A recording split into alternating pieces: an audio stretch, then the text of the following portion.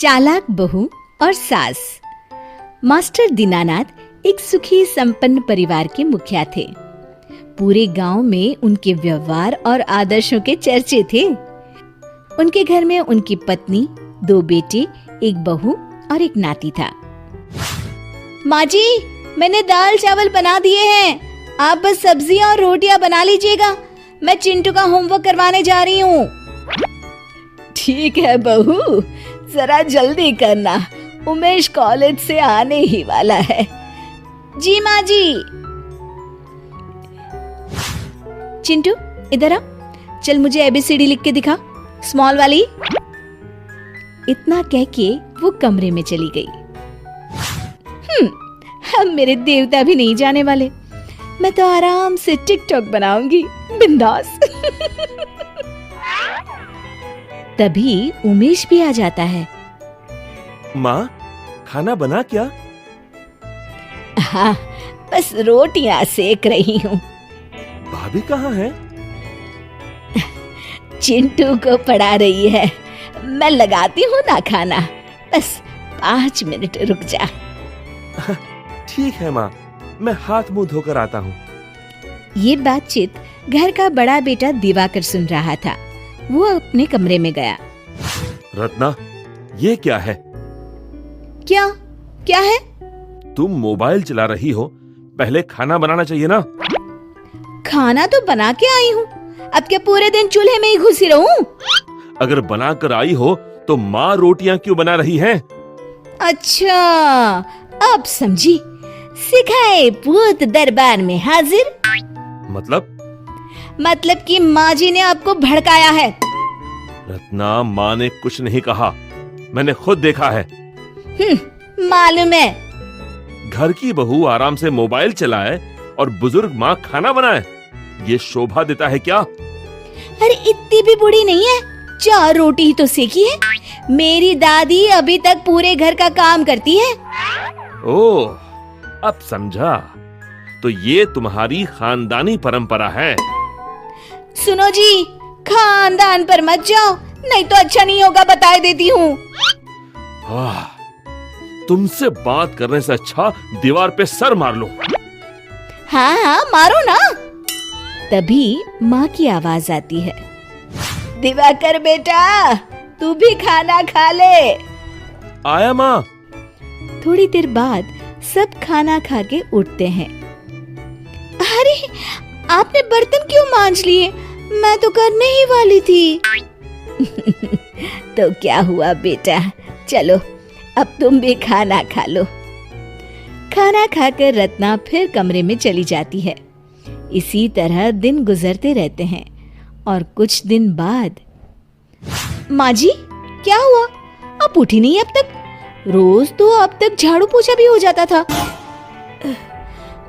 तबीयत ठीक नहीं लग रही। सब समझती हूँ, काम न करने के बहाने हैं सब। कुछ कहा बहू? हाँ? नहीं माँ जी, आप आराम कीजिए। आज तो रत्ना को ही पूरा काम करना पड़ा। वो आराम कर रही थी कि दीनानाथ जी ने आवाज लगाई। अरे बहू, घर का ध्यान रखना, मैं तुम्हारी माँ जी को डॉक्टर के पास लेकर जा रहा हूँ। जी बाबूजी। शाम को दीनानाथ जी अखबार पढ़ रहे थे। अब बहू, एक गिलास पानी तो देना। ये लीजिए। क्या कहा डॉक्टर ने? पीलिया बताया है, कहा है ज्यादा बढ़ गया है, 1 महीने तक कंप्लीट बेड रेस्ट करना होगा। मन ही मन रत्ना सोचती है, हाय, अब तो मैं मर ही जाऊंगी काम कर करके। बस उसी दिन से रत्ना ने दीवा करके कान भरना शुरू कर दिया। आज सुबह से सांस लेने तक की फुर्सत नहीं मिली। हे भगवान, मेरी कमर। हाँ, इस समय तुम फिरकी बनी हुई हो। अच्छा, तो पहले क्या मैं पड़ी पड़ी खाती थी? मेरा वो मतलब नहीं है रत्ना। मतलब मैं अच्छे से समझती हूँ जी, तुम्हें मेरी फिक्र ही कहाँ है। अरे भगवान, ऐसी बात नहीं है। अच्छा लाओ, मैं मालिश कर देता हूँ। अगर ऐसी बात नहीं है तो अलग क्यों नहीं हो जाते? माँ की तबीयत ठीक होने दो, फिर देखता हूँ। कुछ दिनों बाद रत्ना वही बात छेड़ती है। अब तो माँ जी की तबीयत ठीक है ना, बात कीजिए तो। उमेश की शादी के बाद देखते हैं। नहीं, अभी बात कीजिए, मेरे भी कुछ अरमान हैं। यहाँ तो सिर्फ काम वाली बाई बना कर रखा है। ठीक है बाबा, आज ही करता हूँ बात। शाम को दिवाकर हिम्मत करके माँ बाबूजी के पास जाता है। माँ, बाबूजी। हाँ बेटा, बोलो। वो बोलो बेटा। माँ, मैं ये कहना चाह रहा था कि मैं रत्ना, मेरा मतलब इस समय काम कुछ ज्यादा है तो। समझ गई बेटा, तुम लोग अलग रहना चाहते हो। पर माँ, रहेंगे तो यहीं।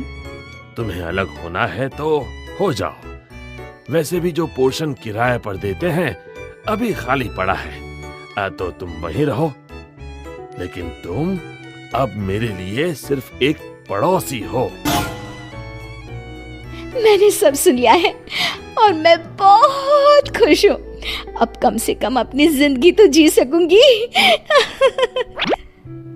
उसी दिन से वे बाबूजी के कहे अनुसार घर के दूसरे हिस्से में रहने लगते हैं। सुबह होते ही, सुनो, आप इस लिस्ट में लिखा सामान ले आइए, मैं चिंटू को ट्यूशन से ले आती हूँ। अब दिवाकर सुबह ड्यूटी पर चला जाता और चिंटू को स्कूल छोड़ने, लाने, खाना, बर्तन, झाड़ू, पोछा, सारे काम रत्ना को अकेले ही करने पड़ते हैं। छुट्टी का दिन था। चलो खाना खा लो सब लोग। मम्मी, आज फिर से दाल चावल, मुझे रोटी चाहिए। हाँ यार, रोज यही बना देती हो। हे राम, तुम लोगों को खाने की पड़ी है। यहाँ मर गई। पहले तो कितना कभी नहीं थकती थी मैं। हाँ, क्योंकि पहले चिंटू को लाना ले जाना बाबूजी की जिम्मेदारी थी। काम में भी माँ हाथ बटाती थी। खाली समय में चिंटू उमेश के साथ होता था, पर तुम्हें इस बात का एहसास ही नहीं था। तुम तो बस रहने ही दो, हर वक्त मुझे कोसते रहते हो। चलो अब मुझे महीने का हिसाब बनाने दो। दूध का 1500, अखबार का 500, डिश टीवी का 1000, किराना 10,000, चिंटू की school fees 3500, tuition fees 1500, RO पानी की बोतल 1500, सब्जी 3000, बिजली बिल 2500। हे भगवान, 25,000! हाँ, जबकि बहुत से खर्च जोड़े नहीं तुमने। जैसे पेट्रोल, घूमना फिरना, मोबाइल रिचार्ज, कपड़े लत्ते, आए दिन चाट, कुल्फी, पकौड़ी, दवाई वगैरह। पहले इन सब की कोई चिंता नहीं रहती थी, क्योंकि बाबूजी भी कुछ पैसे मिला देते थे। कुछ दिन बाद अकेले सारा काम और जिम्मेदारी के चलते रत्ना बीमार हो गई। एक दिन कपड़े फैलाते समय, चिंटू आज स्कूल नहीं गया, छुट्टी है क्या? नहीं दादी, मम्मी की तबीयत खराब है। पापा भी बिना नाश्ता किए ही चले गए। अरे आजा बेटा, तू पहले खाना खा ले। चिंटू बड़े चाव से जाता है और दादी के हाथ का खाना खाता है। बहुत अच्छा खाना था दादी। अच्छा मुआ मेरा प्यारा बच्चा। ये ले, ये खिचड़ी अपनी माँ को दिया। दादी ये तो बहुत गर्म है। अच्छा ठीक है, तू रहने दे, मैं ही दे आती हूँ। रत्ना के घर जाकर वे देखती हैं कि पूरे घर में कपड़े, जूठे बर्तन, जूते, चप्पल फैले हुए हैं। अरे घर का क्या हाल बना रखा है बहू। अरे माँ जी, आप आइए ना, बैठिए। बैठी रहे, पहले ये खिचड़ी खा, तब तक मैं घर ठीक कर देती हूँ। 1 घंटे में ही घर चमकने लगा। ला बर्तन दे, शाम को सबके लिए खाना भेज दूंगी। माँ जी, मुझे माफ कर दीजिए माँ जी, मैंने आपको गलत समझा। ये कहते हुए वो सासू माँ के पैर पकड़ लेती है। कोई बात नहीं बेटा, गलती इंसान से ही तो होती है, और तू तो मेरी बहू है। तब तक दिवाकर भी ड्यूटी से लौट आया।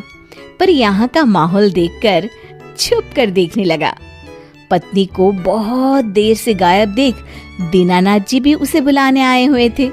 माँ बाबूजी को घर पर न देखकर उमेश भी वहीं आ गया और अंदर का नजारा देख वहीं खड़े हो गए।